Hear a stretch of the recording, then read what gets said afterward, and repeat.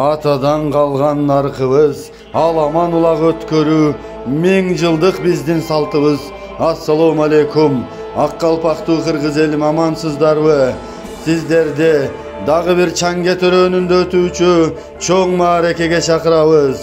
Атабыз Мамаев Гуламжандын жаркын элесине арналган Ашкатмынын улагы 5 октябрь күнү Чаңгеттин чокусунда өтмөкчү.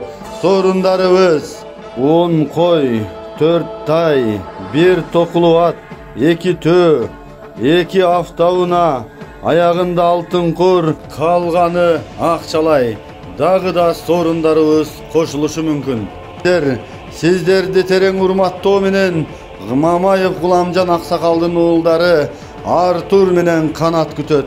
Биздин дарек Ош обласы Өзгөн району Чаңгет айылы.